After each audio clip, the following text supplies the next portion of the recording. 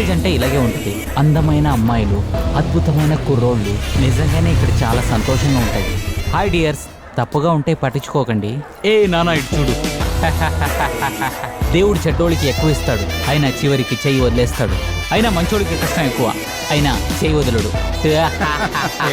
Super రా బాబు, అదరగొట్టవయ్యా. కానీ crowd అక్కడ ఉన్నారే. రా చంద్రముఖి. లాగ్ ఒకటి ఇచ్చాననుకో.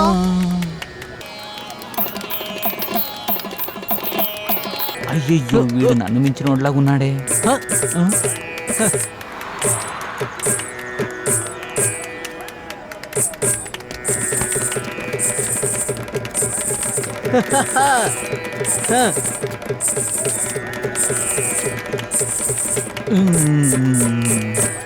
ఏం జరుగుతుందిరా ఇక్కడ?